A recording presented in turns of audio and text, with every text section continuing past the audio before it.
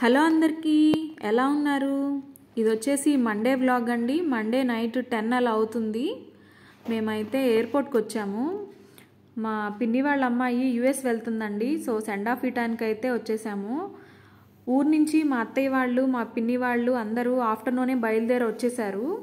ఇక్కడికి వచ్చేసరికి వాళ్ళు కూడా 9 అలా అయింది. మా ఇంటికే రావాల్సింది, కానీ ఆ రోజు బాగా వర్షం పడడం వల్ల ఇక లగేజ్ అది కూడా ఎక్కువగా ఉంటుంది కదా, ఇక రాలేకపోయారు. మమ్మల్నే రమ్మన్నారండి.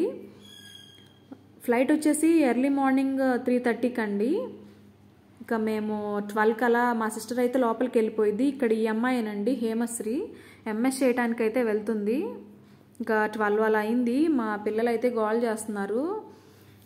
నిద్ర టైం వచ్చేసింది కదా పిల్లలకి, ఇంకా మార్నింగ్ స్కూల్ కూడా ఉంటుంది. పిల్లలకైతే ఫుడ్ తెచ్చుకున్నానండి. ఫుడ్ అయితే పెట్టేశాను.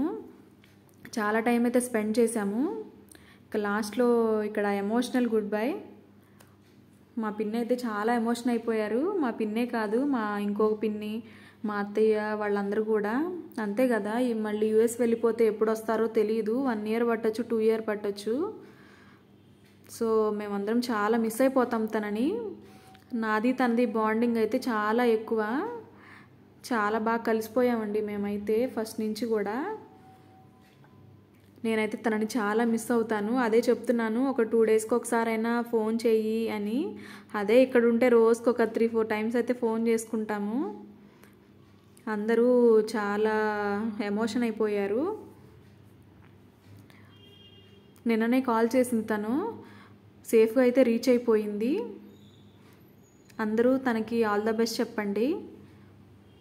నేనైతే ఈ వ్లాగ్ లేట్గా పోస్ట్ చేస్తున్నాను. నాకు పిల్లలకి హెల్త్ అయితే బాగాలేదండి. ఒక 3-4 డేస్ నుంచి వీడియోస్ కూడా నేను పోస్ట్ చేయట్లేదు. మీకు కనుక ఈ వీడియో నచ్చితే లైక్ చేయండి, సబ్స్క్రైబ్ చేయండి, ఎలా ఉందో కామెంట్ చేయండి. Thank you for watching. Bye bye.